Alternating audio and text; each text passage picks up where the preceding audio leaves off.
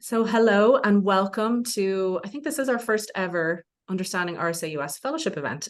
So we're delighted that you are participating in this first event for the US team, where we are really excited to share a little bit more about ourselves, our work, answer any questions that you have, and talk to you a little bit more about our fellowship community here in the US.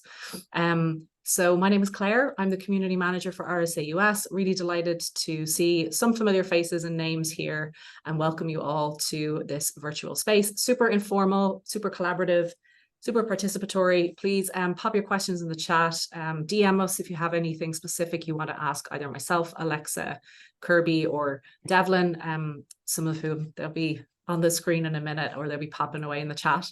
And yeah, just engage with us and ask us questions along the way. We're really delighted to have you here. So a quick overview of today's session. We have about an hour earmarked to go through all of the ins and outs of the RSA US ecosystem, our work, our programmatic work and fellowship. But if we finish early, no big deal. We're all busy. So I'm sure that's no bad thing for some folks. So we'll have some welcome intros agenda. Kirby, a colleague of mine based out of London, will talk through RSA history. Then I'll pass over to Alexa, who's the director of RSA US, to talk a bit more about like the big picture of who we are in the US and our programmatic work and our impact. Then you'll be hearing from me some more about the fellowship itself, the kind of ins and outs of it, the community, how to get involved. And then we'll have lots of time for question and answers and kind of some next steps.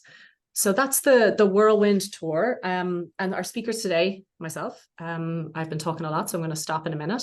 My colleague Kirby, who is a senior fellowship development manager based out of London, but from the US, and you can tell us more in a second, Kirby. And then Alexa Clay, the director of RSA US. So I am going to hand over to Kirby to talk us through some history and to introduce herself and welcome you all from London. So thank you so much, Kirby. Brilliant. Thank you, Claire. So I have been in the UK for about 10 years, but am originally from Little Rock, Arkansas, and I'm actually flying back early tomorrow morning. So it's quite fun timing. Thank you so much, for having me, Claire. I work out of London. Our headquarters, you can see on the screen, RSA House. We've actually been there since 1774. But before I get into a quick recap of the history, I just wanted to talk briefly about our name. Some of you might be really familiar with RSA, some of you are coming in blank. So the RSA is the Royal Society for the Encouragement of Arts, Manufactures and Commerce. And some people, they see arts and they think kind of visual and performing arts. And while Claire, would you mind going back one? That was me. I'm on it. Okay, you can keep talking. Sorry. While people think visual and performing arts, which is definitely the most common meaning today, but we were actually founded by a guy called William Shipley, who was a drawing instructor, and it was really the link from art was seeing how important being able to draw was to manufacturing, engineering, anatomy, biology, a lot of really key innovations of the time. And so we like to say that we're a 270-year-old social change organization, because the RSA has always been and started as a group of people, a community coming together to debate and discuss some of the most pressing challenges of the time, and then putting their collective voice, weight, money, whatever that was, behind addressing a challenge. Often through, arts, manufactures, and commerce were the main areas. But what challenges the RSA focused on has really fluctuated throughout our history. So we were founded in 1754, and a point I enjoy raising, not only because my background is in gender studies, but because I think it's really indicative of our inclusive community. Women were always allowed to be members, what we now call our fellows. And that was because the RSA Fellowship has never been a fellowship based on a specific award for academic or professional achievement, the way that other later fellowships modeled themselves off of. And this is what allowed women to be fellows from the very beginning, because being a fellow of the RSA or a member was about your commitments and your interest in social change, in actually kind of coming together coming up with ideas and really the link of doing something about them, action.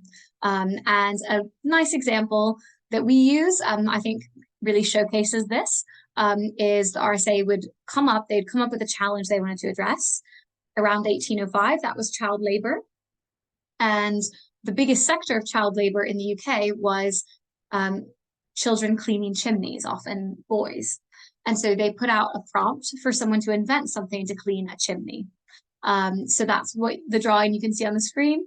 They awarded George Stewart for his invention of the chimney sweep, which from everything I've heard, it's pretty similar today. So it has stood the test of time. But they didn't just do that. And I think this is an important thing that distinguishes the RSA as a community. They then went on to lobby the government, parliament, to pass child labor laws. And that didn't happen until around 1875. So I think it's a good example of some of the through lines that you can see in the RSA's history. Even today, we have the Student Design Awards, which is the oldest student design competition in the UK. So that model of putting out prompts to address challenges and then supporting people who come up with really incredible inventions, but also that our focus has not just been on that creating, but then really what's the follow through? What's the holistic image of how we're going to impact change by making this a reality, or the role in which, government can play, or the public and raising awareness about something can play in making change. So we got our postnominal in around 1908, sorry. I think it's just interesting to note that, we haven't, while we are a royal society, we interestingly became, we got the charter, the royal charter, not too long ago. And I think in some ways, in the last 20 years, the RSA as a fellowship has been really focused on going back to some of our beginning origins, roots around social change, but really doing that in a 21st century way.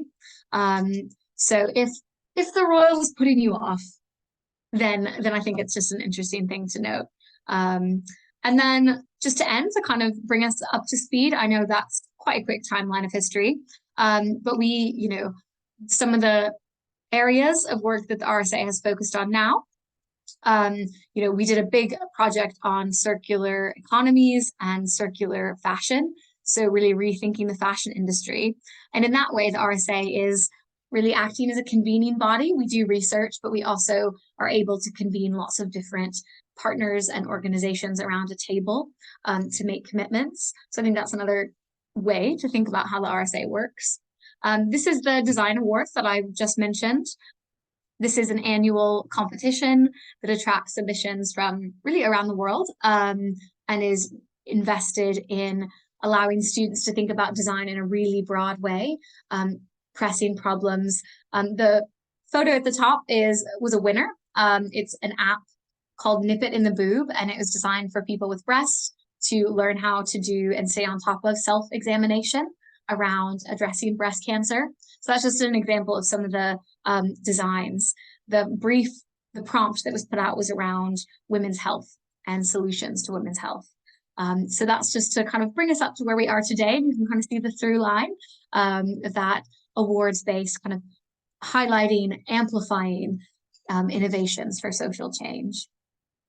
I will leave it there in the interest of time. But if anyone is keen to really dive into the history, we have an in-house historian and a brilliant archive in London.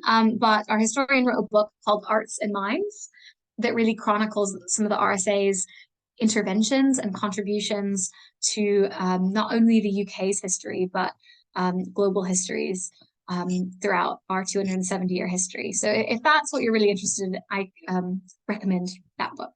But I will now pass over to Alexa to share a bit more about RSA US. Great, thanks, Kirby. Really appreciate that. And I have about 30 copies of Arts and Minds, the book, in my basement. So if anyone wants to privately DM me their address, I'm happy to get you a copy. I'm Alexa Clay. I'm the RSA US Director.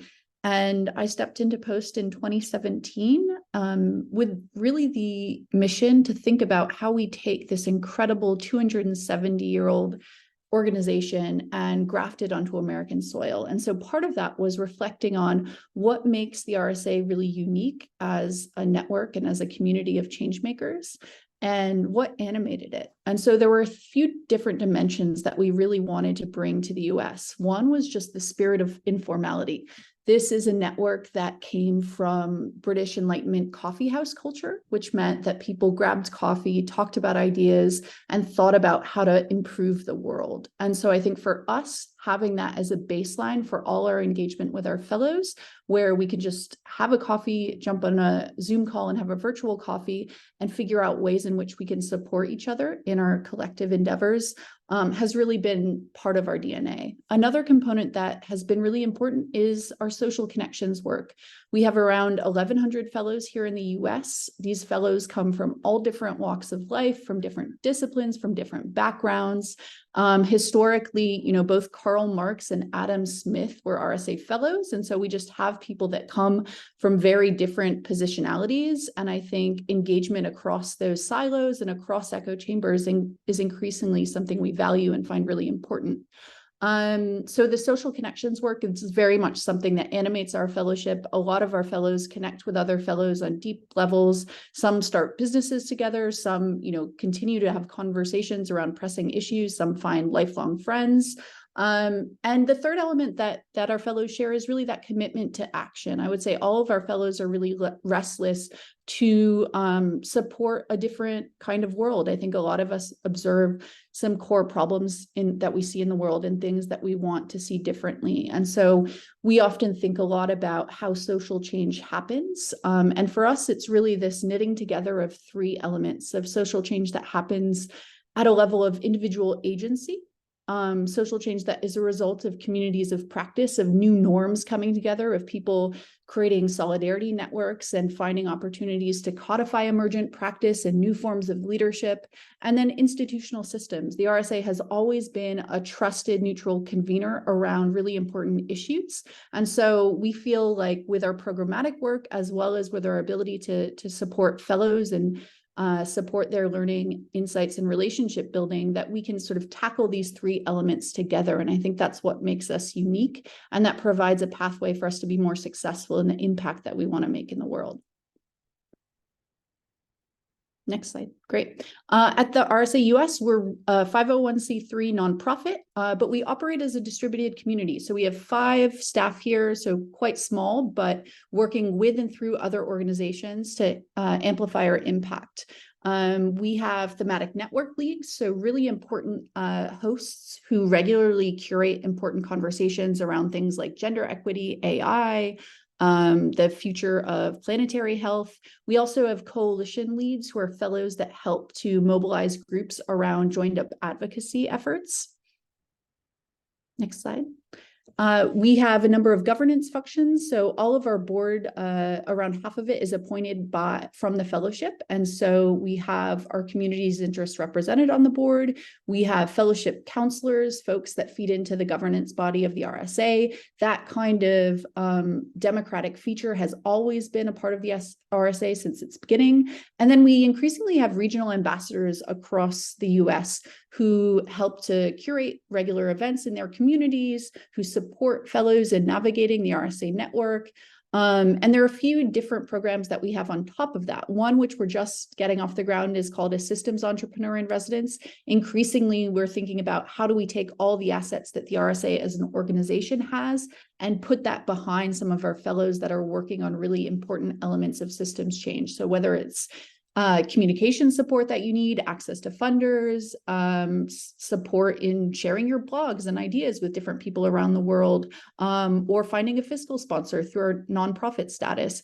Those are some of the ways in which we want to offer more capacity building to our fellows. We've also got a mentorship network. And so increasingly a number of our fellows are either mentors or mentees, and that helps fellows share resources and find mentorship around really important elements of their life. It could be that you want to write a book and have a book idea, but don't know how to navigate the world of publishing. It could be that you're a new mom and trying to figure out how to juggle work life and mother life. So mentors can often step into roles that really highlight both professional challenges, but also personal challenges and people with experiences navigating some of the things that you're looking to navigate. So this is part of what I've suggested, the RSA US is stepping into now. We've developed a new strategy for thinking about our role as an amplifier of social change. I think what makes us unique is we work with social change practitioners through our fellowship that sit within all different parts of the system. We have grassroots advocates, we have people that are leading nonprofits, we have people in academia, folks within huge multinational corporations, people within local government, people within national government. And I think because of that ability to sort of aggregate at different levels of scale, we can really make social change happen across different institutional boundaries, organizational boundaries, as well as create an enabling environment for some of the things that we care most about. When I stepped into this role, one of the first projects I got to work on was an inclusive growth accelerator for the city of Chicago. We had a fellow who was leading a community foundation in Chicago who came across the RSA's research around inclusive growth and said, hey, I want to bring that to Chicago. And so we provided him with a team and capacity and got some joint funding together to actually execute on that project and start bringing leaders together to share what would that actually look like if we delivered quality growth and we didn't just abide by this formula of grow now, redistribute later. So a lot of my work is spending time working deeply with fellows to figure out areas where we might be able to collaborate or have some joined up interventions on different elements of work. There was a fellow during COVID that was really interested in ending mass incarceration, and especially during COVID, figuring out how to get non-violent offenders out of prison systems. So we connected him with a number of different fellows in our networks that they could work to lobby and influence how that agenda was being established. We have also, beginning to think about regenerative placemaking more and how we can connect people both from rural areas and urban areas to think about place as a conduit for change.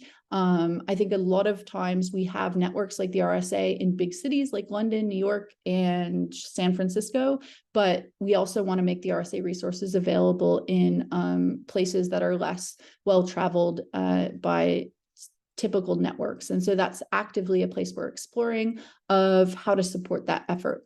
I'll pass over to Claire, who's going to give us a little bit more detail about some of the different activities that we have through our fellowship. And I think we'll definitely touch on the question of regional ambassadors, which is so critical to some of the work that we do. Thanks so much, Alexa. Appreciate it. And yeah, thanks for the question there, Jack. I'm happy to kind of touch on that a little bit in a bit, and also just put you in touch with folks after this session. So that's no problem. So I'm here to talk to you about, well, what is fellowship, kind of maybe demystifying that a little bit for you, and giving you some kind of practical examples of our or not examples, but practical ways to get involved in our work, and highlighting some fellows that are currently quite active in our community and kind of giving you a sense of what they're doing and kind of who's who in this network and what kind of person that kind of gravitates towards fellowship. So the kind of quick overview is that we are a community of globally 31,000 change makers. So based in about 100 countries distributed across the world, committed to finding better ways of thinking, acting, and delivering change. So when a lot of people ask me, well, like, who is a fellow of the RSA? And that is a very fellows to me it's like an intersectional cross-generational group of social change makers. So the common thread through everybody who chooses to be a fellow with the RSA is that they are passionate about advocating for social change in their life in whatever way that presents, whether it be at a grassroots level, whether they're working at a federal level, national level, working with partners. And so it's the common thread of social change is kind of what makes our fellows our fellows. And an integral part of the RSA's mission is to create a better future, inclusive global community where we can champion ideas, deliver practical solutions, and support our mission. So in the US, we have about 1,100 fellows distributed across the country. And like Alexa said, we have very much like a devolved kind of leadership approach to how we work with those regional hubs or kind of pockets of activity. And you'll see from that that chart there in front of you that the colors that are in like a dark blue are where we have quite a lot of fellows. And then we also have light blue where we have large concentrations of fellows, and red. So it's there's pockets of activity, and unsurprisingly, the coastal communities are very busy with a lot of activity with fellows. And so I'm happy to chat about what that actually looks like in practice in a little bit. So our fellows, we hope that by joining our community, becoming a fellow with the RSA, you will be better informed, better connected, and seeking better futures. And by talking about some of these areas or kind of like benefits, I guess, from joining our community, is you'll also kind of get a sense of what very practical ways there are to engage with our work. And obviously this depends as well on your own bandwidth and what you have going on in your life, but the kind of options or opportunities for engaging with us in our work, we can kind of spell out a little bit here. So in terms of better informed, we have some images there around our journal. We have an events podcast, and we also have just somebody who's attending our event there, which kind of gives you a sense of better ways to be informed is through our public events. So you'll see there on the left-hand side, some past events that we have done in the US, which we curate with fellows, by the way. It's not just me sitting behind my desk banging out an event proposal. It's me working with a fellow who's based in the US to curate this event based on a topic of interest for them, or an emerging topic that we're seeing that's of huge relevance to our community, or is topical in terms of the news and kind of the news cycle and what would really resonate with our community. So we had a conversation about why representation matters, specifically looking at representation in the media. We looked at breaking the stigma and supporting women's mental health. And those top two events were curated in collaboration with our Gender Equity Network lead, Octavia Goradema. And we also had an event on generative AI, which was run by our Augmented Society Network, which I'll speak a little bit more about in a minute, and a Creative Leadership, a Radical Rethink event, which was in collaboration with AIGA, based out in New York. So those are some of the public events, just to kind of give you a flavor of what we've done in the past year, and the kind of conversations that bubble up in our community, and the types of events that fellows are interested in curating. And some upcoming events that we have, our Augmented Society Network have both a private exhibition taking place at RSA House actually in November, but then they're also doing a virtual reality exhibition, which will be pretty cool. And I can forward on details and share that with you. And then implementing social change lessons from Ashoka, which we have coming up on the 16th of November, which I'm excited about. And that will be an event where we'll look at the lessons learned from Ashoka and some of their social entrepreneurs and how to scale your work in this field. So that could be a really interesting event for some of you folks here in attendance. So we could share that as well in a follow-up email. And you can also just check out all of this on our website to learn a little bit more. In terms of better connected, you see here very people-focused, relationship-oriented. We really hope that being a member or a fellow of our community and participating is that you really get a sense of building community and building connections. And this will give you a kind of a snapshot across the US of where we have regional hubs. For some reason, the Philadelphia and Boston images have not shown up, so apologies for that. So this is where we have our regional ambassadors. And like Alexa said, our regional ambassadors are local community representatives of the RSA. They're local conveners. They bring folks together around events. It could be like a thought leadership type of event. It could be a networking event. It could be like a social kind of grabbing a drink or coffee event, or maybe going to a museum together. So the kind of activity really does depend on what the community in each area has a need for and what there's an appetite for. So you'll see that we have large numbers of fellows and ambassadors as such in Boston, New England area, New York City, Philadelphia, Denver and Boulder, Los Angeles and San Francisco. And we are looking to grow a presence in the Pacific Northwest, in Texas, Chicago, and Anchorage, Alaska, a couple of other places that we are exploring, kind of building out a bit more of a local hub. But these regional hubs really act as that kind of face-to-face connection at a local level with the RSA and with your peers. And then also our thematic networks, as Alexa also mentioned, is like these are areas where our fellows will lead on conversations, host events around topics of interest in our community. So we have 3 active thematic networks in the US. The Augmented Society Network, which I mentioned, they have an upcoming virtual event and an in-person exhibition at RSA House. And so they meet and talk once a month about all things augmented reality, AI, tech, the impact of technology on society, and a really dynamic and engaged group. So if that's of interest to you and that's a topic close to your heart, then that's the network for you. Deliberation Gateway Network is co-led by 2 of our fellows, one based in Tennessee and one based in Philly. And they speak about and discuss all things in terms of deliberative democracy, which is a very hot topic in our community, with a lot of activity and a lot of folks working on deliberative democracy or democracy entrepreneurship. And then we also have the Gender Equity Network, which hosts discussions about maybe once a quarter at the moment, and all around all things gender equity and to further the conversation about gender equality. So those are our 3 current thematic networks.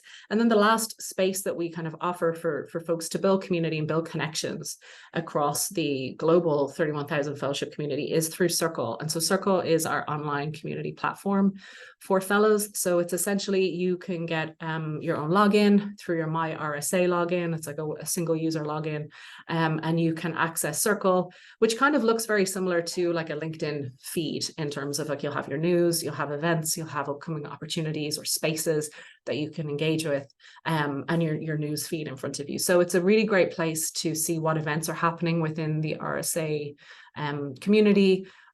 Areas of interest, like there's an AI interest group, our various networks have a presence there, and then we also have spaces dedicated based on where you are in the world. So that's a great way to meet folks, and there's also kind of like an offers and needs or an ask and offer market built into that as well, which folks find really helpful.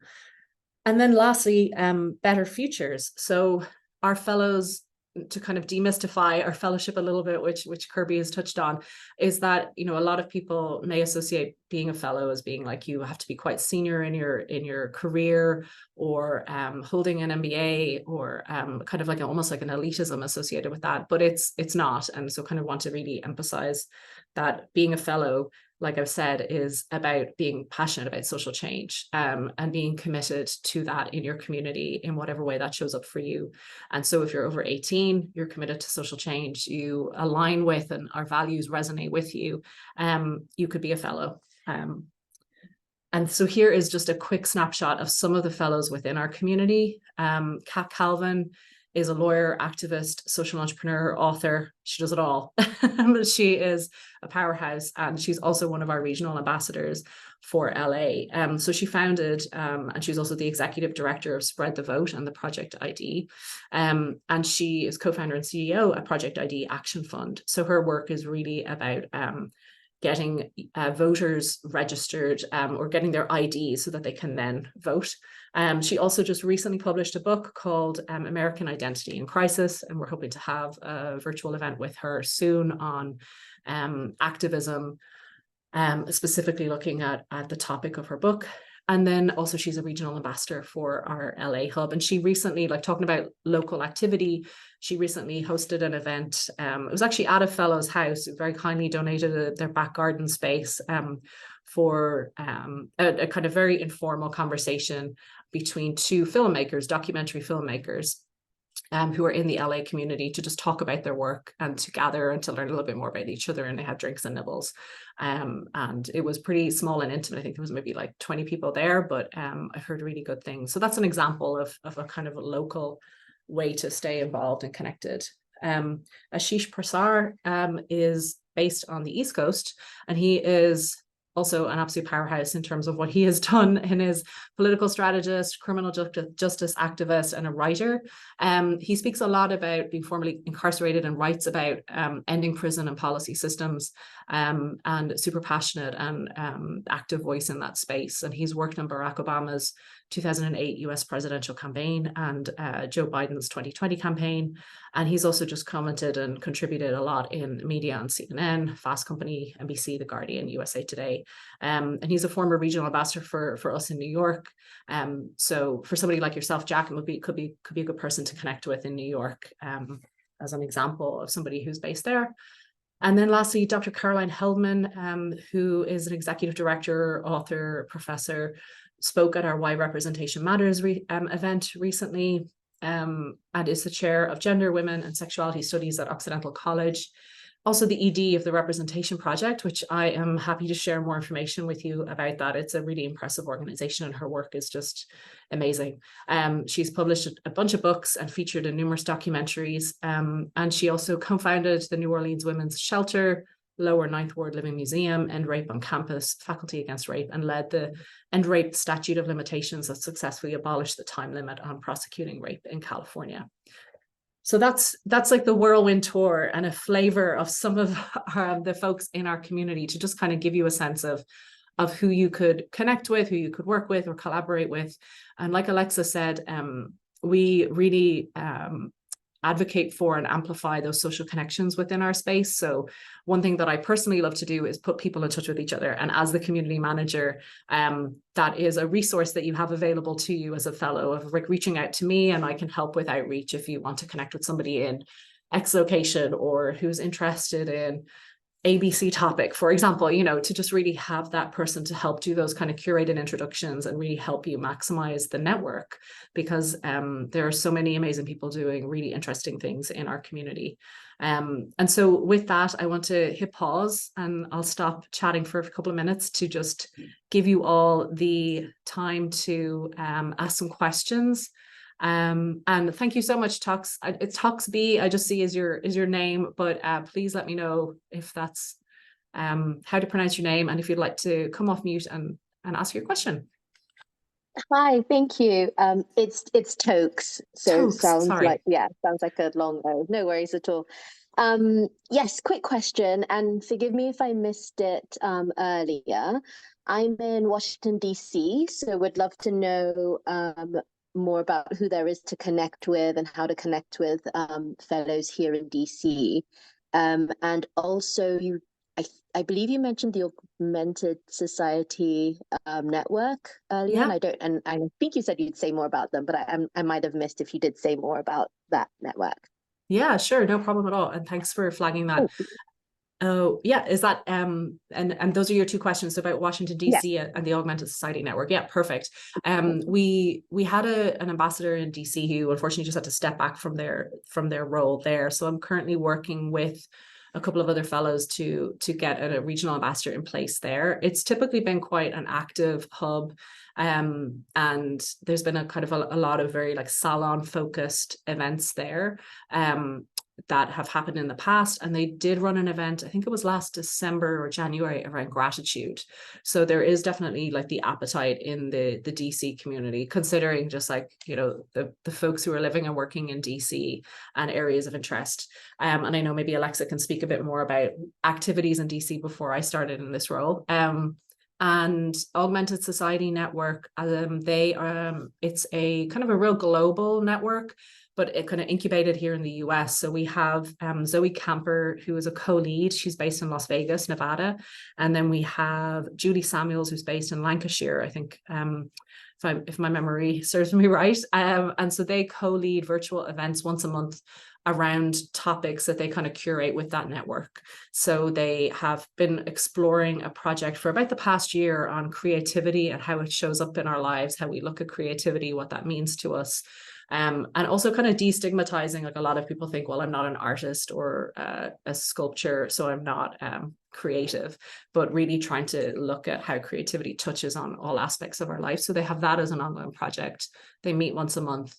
They have some upcoming events. I'm happy to put you in touch with them, but they have very informal gathering spaces in terms of like Zoom kind of gathering spaces. And then they also have a space on Circle, our community platform, to share ideas and kind of brainstorm areas of work. But Alexa, did you want to touch on anything in DC there? If there's anything additional you'd like to add? No, I mean, maybe just to give the hub a bit of flavor, it's one of our largest hubs in the US. I think there's over 100 fellows in the DC area. And their events have just been really wonderful and powerful at a personal level. There's so many other events that are competing in DC that I think they really took the idea that they wanted to have events be much more participatory, so less of a talking head format and much more based on salons around themes that spoke to different members. And so a lot of the conversations are really co-designed with the community. Historically, they ran a lot of those at Eaton House, which is just a great venue and space, but really recommend a lot of the community in DC. And I'd also be happy to put you in touch, like, should you decide to become a fellow and there's specific folks you might be interested in connecting with. I mean, that's, as a community manager, that's what I do. So I would be delighted to help with that if that's of any benefit to you. Did that answer your question? Yes, it did. Thank you very much. And I am already a fellow, so would definitely love to be Oh, connected I'm so sorry. to some others. Yeah, no worries at all. I forgot to mention. It's all good. Well, we can stay in touch after. You can ping me after this session and we can chat. That'd be great. Sounds good. Thank you. Perfect. No worries. And Rainey, am I pronouncing your name correctly? Would you like to come off mute and share your question with us? I see you also pop something in the chat. So, oh, I think you're still muted there. Sorry, I can't hear you. Happens to all of us. Don't worry.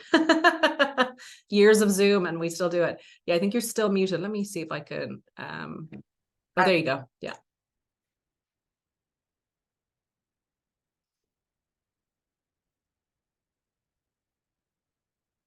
Oh, I think you're still muted. I can't hear you.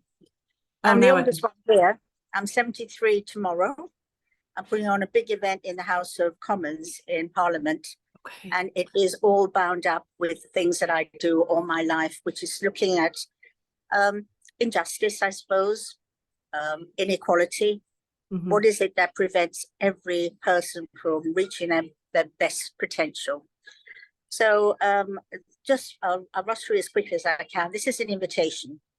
You may know that the whole of the RSA did a great, I suppose, looking at their navel after George Floyd and what exactly was the organization like then. And in 2020, it's right, it was all white. We had no directors, we had no shareholders, we had nobody of any ilk. And for me, it was particularly painful because I've been a fellow for over 12 years. I've loved it. I've been very, very happy. I have contributed to all sorts of global Zooms on global warming. And so it just answered lots of questions in my mind. What is it that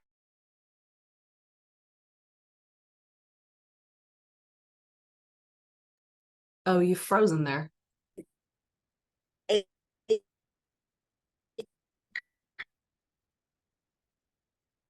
is across the globe? We have 30 which presents people we call the majority and what for here. We are global 1st of October. Everybody, not talking of color, we're talking who every single sector of the world. We know about.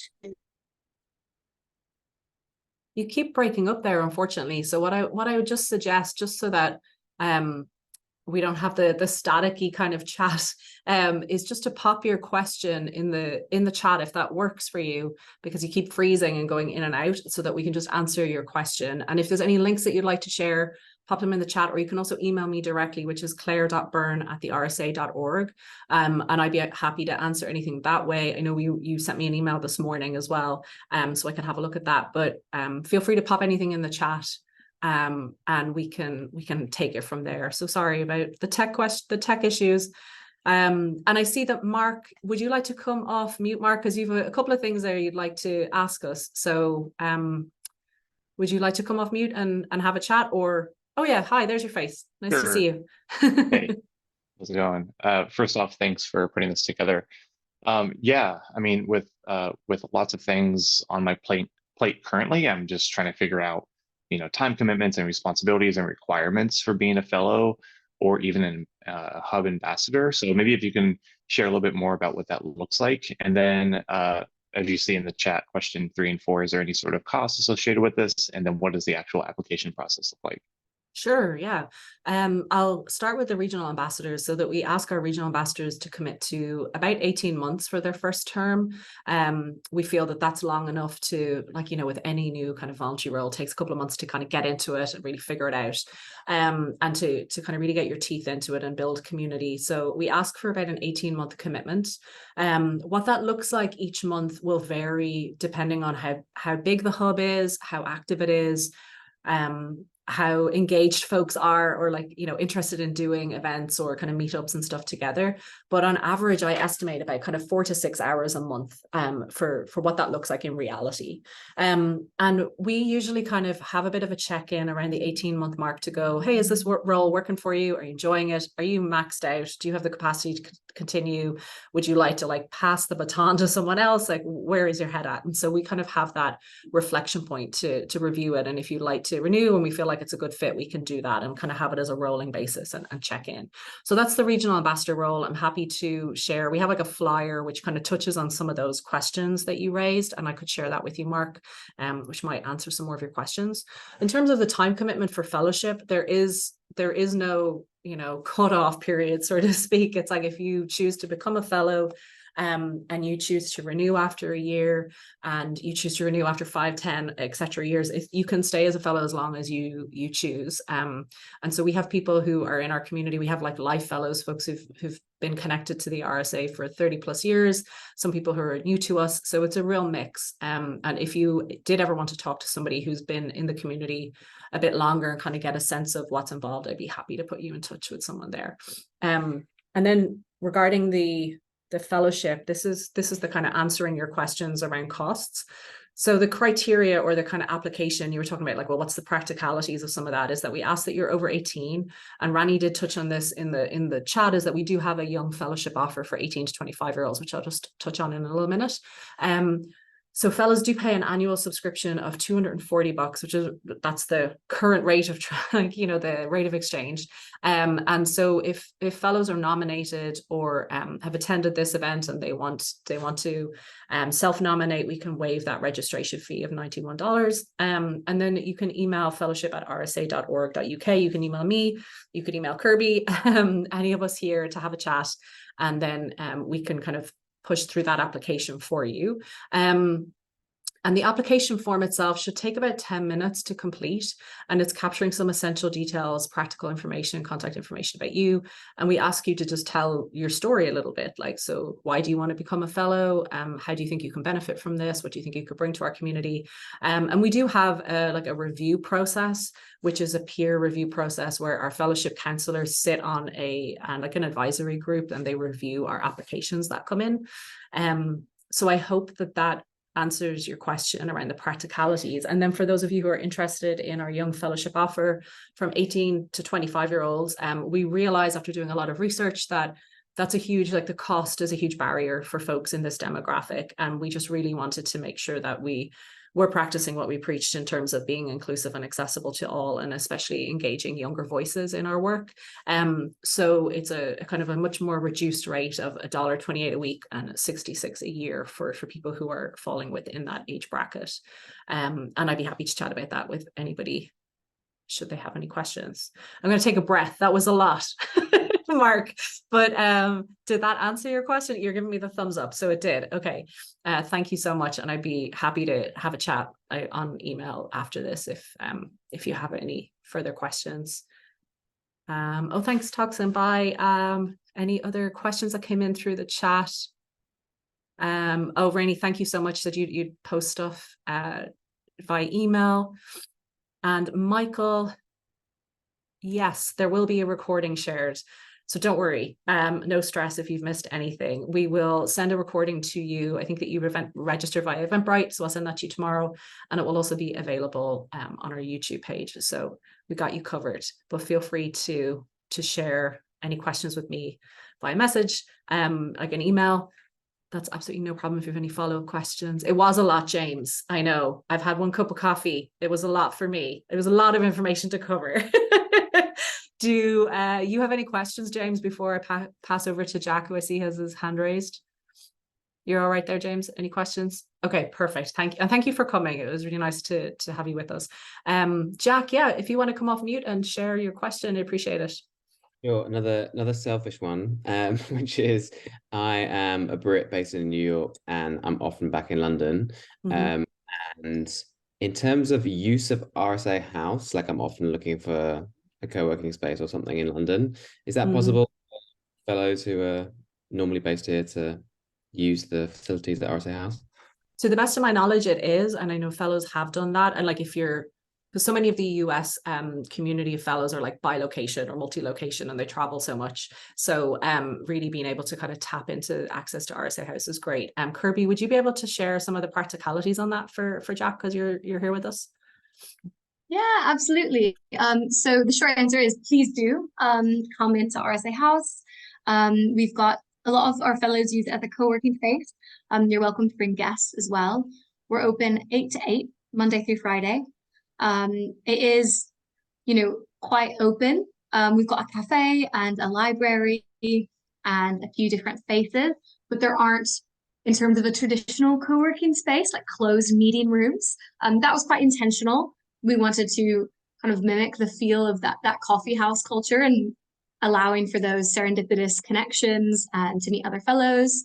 So it's also, there's 2 spaces where we often put on events, fellow-led events. So the short answer is please do drop by. You can also email my team if you'd like a bit of a tour. It is kind of a maze. It's a pretty old building with lots of staircases. So if you'd like a tour in advance of arriving, please do just email my team and we can set that up. Does that answer your question, Jack? Yes, that's great. Thank you. Yeah, no worries. And I know that you were also asking about New York activity, and we do have a regional ambassador there, Sasha Mumbart, who's a background in design, Web3, community building, super engaged and a lovely guy that I'd be happy to put you in touch with if you wanted to grab a cuppa and have a meetup. And he's done some kind of social gatherings, kind of events for fellows, and is looking at what's in the pipeline for 2024 at the moment. So could be a good time to connect. And I've seen a few messages come through, like Sandy, if you wanted to chat about Young Fellowship offer, feel free to email me. I would be the best kind of person to chat to in the US, and then I can work with Kirby and other folks if needed to get you some more information. And we also have a toolkit that I can share with you that we developed for existing US fellows who maybe have formal, informal educational ties or work with youth between like the 18 to 25 demographic that could help you kind of spread the word. So I'd be happy to share that with you. But yes, I feel like that was a lot of questions. It was a lot of information and you all stayed, and thank you so much. It's been lovely to meet you all and to put faces to names. And if you are interested in becoming a fellow, we've kind of put all the information on the slides. I'll be sending you out an email. Don't worry about remembering it all. But also if you know anybody in your community after you're listening to us talk or learning a little bit more about our work and you think that the RSA should be on their radar, they would make a great addition to our community, feel free to nominate them or share their details with me and I can pass that on. And then this is just our RSA team, which gives you our email addresses if there's anyone you'd like to connect with. So Alexa previously spoke of about RSA US, our programmatic work and our approach to social change. Remy, who I think is on the call with us, is our program development specialist. Sean Klein is our director of policy and innovation. Tony is our operations lead, and then me as our senior community manager. So I'll send all of this to you as well in a follow-up email, but just don't hesitate to ping us. We love hearing from fellows. We love helping you build connections across the US community and within our own networks as well. So we're super collaborative in how we work, and we're always happy to make introductions to folks if that's of help. And then you can learn more about us, website, Twitter, LinkedIn, the old socials. You can ping us an email. But I just wanted to open up for any last pressing questions. And if not, we can bid you adieu for the rest of your day. Thank you. Thank you, Dawn, for joining us. It was lovely to have you here. see you soon. Okay, thank you so much, everyone. Everyone's like running to grab their lunch or coffee. So we'll be in touch. Thanks so much for joining us today, for sharing some time and space. And feel free to email me, claire.byrne@thersa.org, with any questions that you have. And thank you, Kirby and Devlin and Alexa and everyone who spoke today. And Jack, we'll be in touch. You have my email. And we'll talk to you all soon. Okay, have a great rest of your day, everybody. Take care. Bye-bye. Thanks all.